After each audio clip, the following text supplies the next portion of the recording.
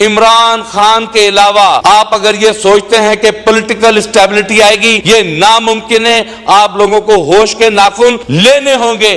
اگر آپ نے خان صاحب کو ریلیز نہ کیا، سنا ہے جنگلوں کے بھی کوئی دستور ہوتے ہیں، سنا ہے جنگلوں کے بھی کوئی دستور ہوتے ہیں، سنا ہے جب شیر کا پیٹ بھر جائے وہ حملہ نہیں کرتا، سنا ہے جب تیز ہوائیں چلتی ہیں تو مینا اپنے بچے چھوڑ کر کوے کے انڈوں پہ بیٹھ جاتی ہے، سنا ہے اگر کوئی پل ٹوٹ جائے تو سانپ، گلہری، چیتا، بکری ایک تختے پر بیٹھ کر پانی پہ بہتے ہیں. جناب اسپیکر، اس ایوان میں آ کر ہمیں کون سی عزت مل گئی، کون سی ایسی تکریم مل گئی؟ جب ہم بات کرتے ہیں کہتے ہیں کہ جی آپ کے دور میں یہ ہوا، آپ کے دور میں یہ ہوا. یہ اس وقت کہا جاتا ہے جب آگے بڑھنے کا آپ کا مقصد نہ ہو، کیونکہ آپ کو تو یہ سارا کچھ دیا گیا ہے، آپ لے کر نہیں آئے.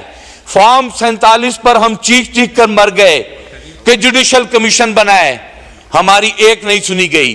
9 مئی پر ہماری ایک نہیں سنی گئی. جناب اسپیکر، 26 تاریخ کو یہاں پر گولی چلی.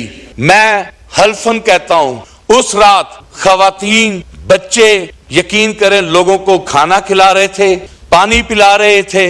جو یہاں قافلہ آیا تھا اس قافلے کے ہوسٹ تھے، اس قافلے پہ گولی چلی، قتل و غارت ہوئی، لوگوں کو مارا گیا.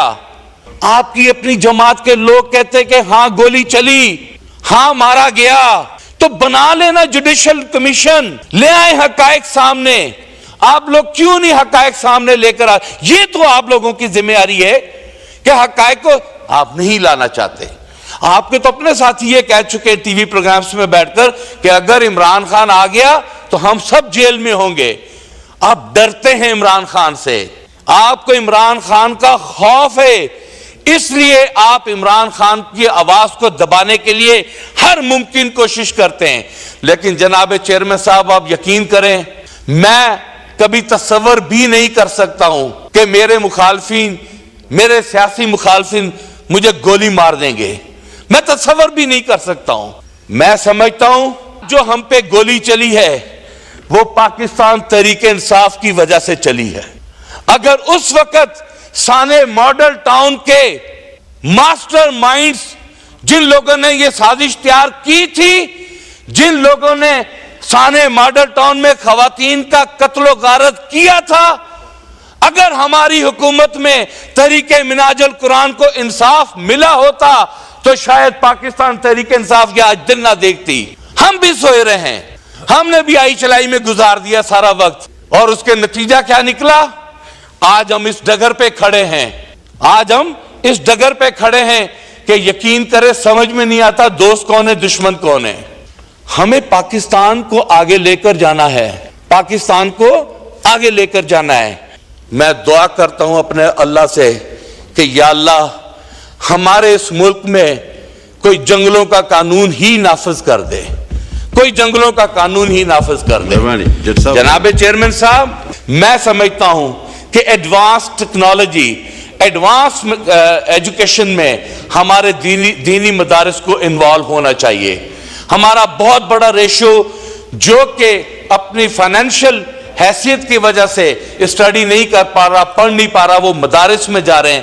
میں فلور آف دا ہاؤس پر ریکویسٹ کروں گا کہ مہربانی فرما کر آپ لوگ جو ہیں مدارس کو جو ہے وہ رجسٹرڈ کریں اور انہیں آن دا ریکارڈ حصہ بنائیں کسی خوف و خطر سے.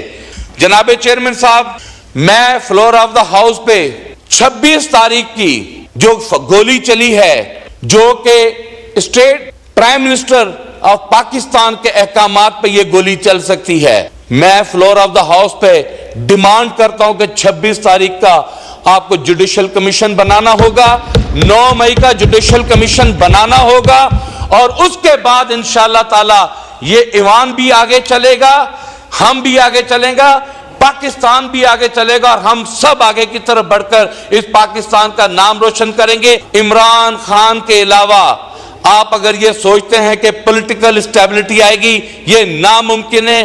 آپ لوگوں کو ہوش کے ناخن لینے ہوں گے. اگر آپ نے خان صاحب کو ریلیز نہ کیا تو میں سمجھتا ہوں کہ پاکستان سیاسی تعامل کا مکمل نہیں ہو سکتا. جناب چیئرمین صاحب، مجھے شعر و شاعری سے شوق تو نہیں، لیکن ایک نظم میری نظر سے گزری, آپ احتیاط سے پڑھیے گا جی, بہت احتیاط سے.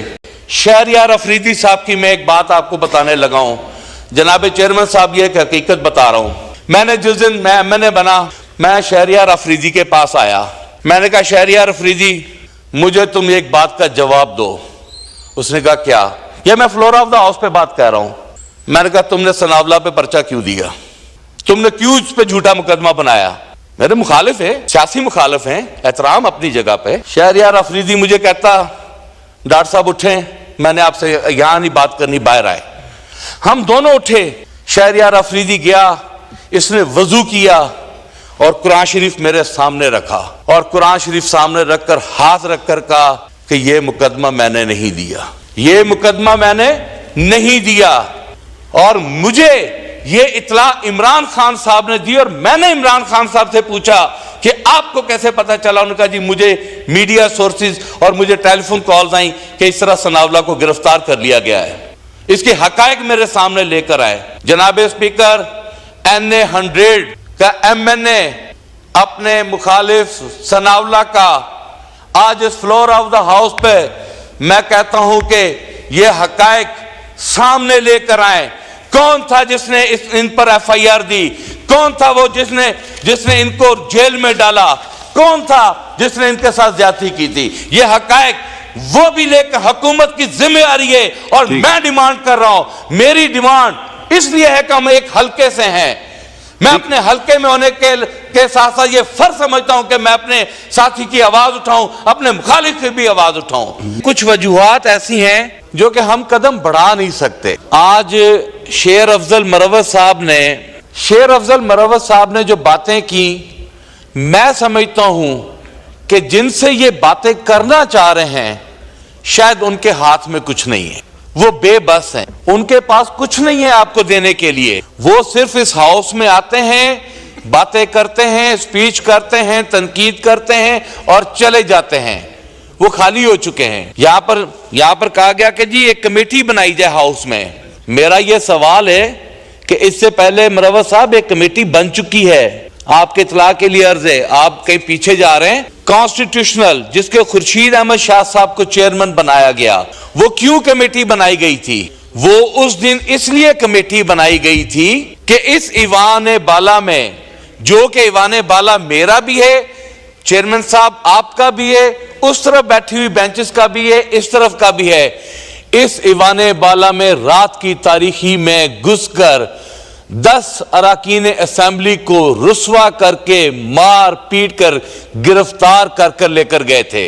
اور اگلے دن یہاں پر اسپیکر صاحب نے خود اپنی چیئر پر بیٹھ کر کہا تھا کہ مجھے لگتا ہے کہ ایسا نہ ہو کہ مجھے کچھ سوچنا پڑ جائے. اور ہم سب نے اسپیکر صاحب سے کہا کہ آپ نے یہ بات آئندہ نہیں کرنی. بلاول بھٹو صاحب آئے, یہاں پر ایک کمیٹی کانسٹیٹیوٹ کی گئی, اور وہ کمیٹی کا مقصد تھا کہ سب سے پہلے انٹروگیٹ کیا جائے, سب سے پہلے اس بات کے حقائق کو سامنے لے کر آیا جائے کہ وہ کون لوگ تھے جو رات کی تاریخی میں اس ایوان میں گھسے اور اس ایوان بالا سے وہ لوگ MNS کو لے کر چلے گئے. یہ شرمندگی کی بات تھی.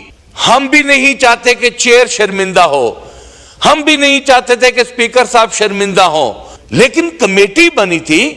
کوئی ایک میٹنگ ہی اس پر بلا لیتے, کوئی ایک میٹنگ نہیں بلائی گئی جناب چیئرمین صاحب, اور الٹی وہ 26ویں آئینی ترمیم اس میں لا کر حقائق جو جس مقصد کے لیے کمیٹی بنائی تھی اس کو دفن کر کے 26ویں آئینی ترمیم جو ہے وہ ہمارے پلے ڈال دی گئی. جناب اسپیکر صاحب, اگر یہ حکومت سنجیدہ ہو بات چیت کرنے پر, تو جس دن اس ایوان میں ہم لوگوں نے حلف لیا تھا, ہم نے سب سے پہلے ایک تقاضا کیا تھا کہ جناب اسپیکر صاحب 9 مئی کے اوپر جوڈیشل کمیشن بنایا جائے. میڈیا ٹاکس میں بیٹھ کے یہ تقاضا کیا گیا تھا. اس ایوان میں بیٹھے ہوئے تمام سرکار کی جانب MNA بیٹھے کو تقاضا کیا گیا تھا کہ 9 مئی جو کہ صرف اور صرف استعمال ہوئی ہے پولیٹیکل وکٹمائزیشن کے لیے, وہ اس الیکشن میں ہمارے مخالفین کو جتانے کے لیے استعمال ہوئی. جھوٹے مقدمات بنائے گئے, ہمارے دوستوں کو انوالو کیا گیا, ہماری فیملیز کو انوالو کیا گیا, پورے پنجاب بھر میں کریک ڈاؤن کیا گیا. صرف اور صرف مقصد یہ تھا کہ پاکستان تحریک انصاف کو الیکشن ہرایا جائے، دہشت گرد بنایا جائے، دہشت گرد تنظیم بنایا جائے۔ لیکن جناب اسپیکر، میں پاکستان کی عوام کا شکریہ ادا کرتا ہوں کہ عمران خان نے انہیں ایسا شعور دے دیا ہے کہ انہوں نے بند ڈبوں میں جا کر جب مہریں لگائی اور بتایا کہ 9 مئی کا آپ کا بیانیہ 8 فروری کو ہم نے دفن کر کے اس ایوان میں بھیجا۔